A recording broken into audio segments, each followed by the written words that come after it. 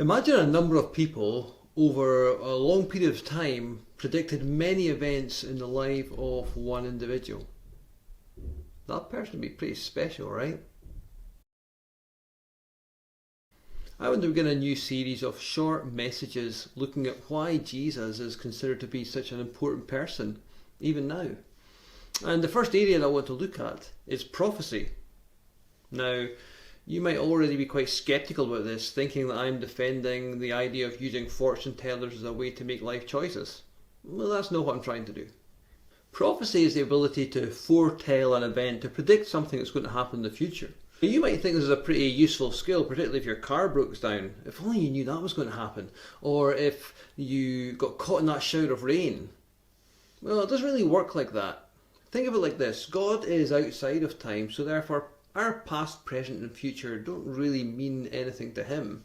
And he could quite easily see some event that's going to happen in the future and he would tell it to men who are called prophets. So you can see there's nothing really about the prophet himself that's special. It's the fact that this event was so important to God that he thought people should know about it beforehand. That's significant. Sometimes this is done a little cryptically because the people to whom God is speaking have no idea what he's talking about.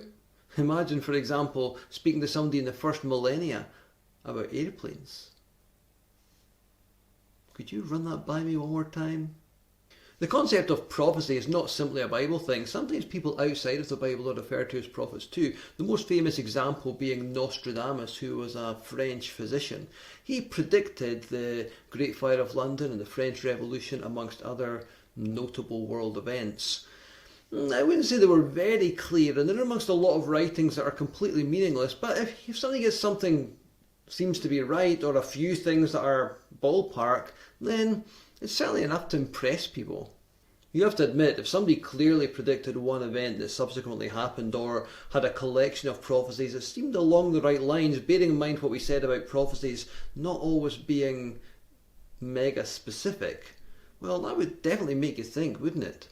Now, some of the Old Testament part of the Bible was written 1,000 years BC, and it was completed more than 100 years BC. So you can see that any verse that I'm going to subsequently quote or paraphrase now was written long before the birth of Jesus Christ. A virgin shall conceive and bear a son.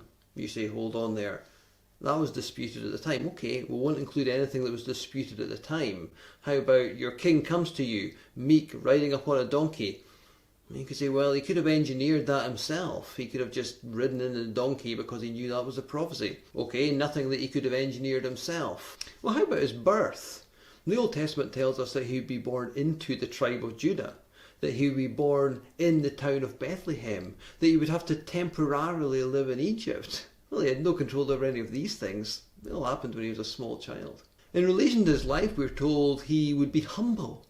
He would heal the sick. He would be rejected by his own people. His friend would betray him for 30 pieces of silver, and the money would be used to buy a potter's field. All of these things happened. What about his death? Surely an impostor would have no way of controlling how he was murdered. Isaiah says, he was led as a lamb to the slaughter, and as a sheep dumb before her shearers, so opened he not his mouth. David in Psalm 22 says, they pierced my hands and my feet. Many, many years before crucifixion was invented as a method of capital punishment. It says they offered him vinegar to dull the pain. It says they gambled for his clothes. It says none of his bones were broken. In fact, when we go to the Gospels, we read that the soldiers came to break his legs, but they found that he was dead already, so didn't. It tells us that he was with the wicked in his death, but he was entombed with the rich. We also read that he would be raised from the dead, and there'd be a sacrifice for sin. Isaiah 53 says, all we like sheep have gone astray. We have gone our own way rather than God's way. But God has laid on him all of our sin.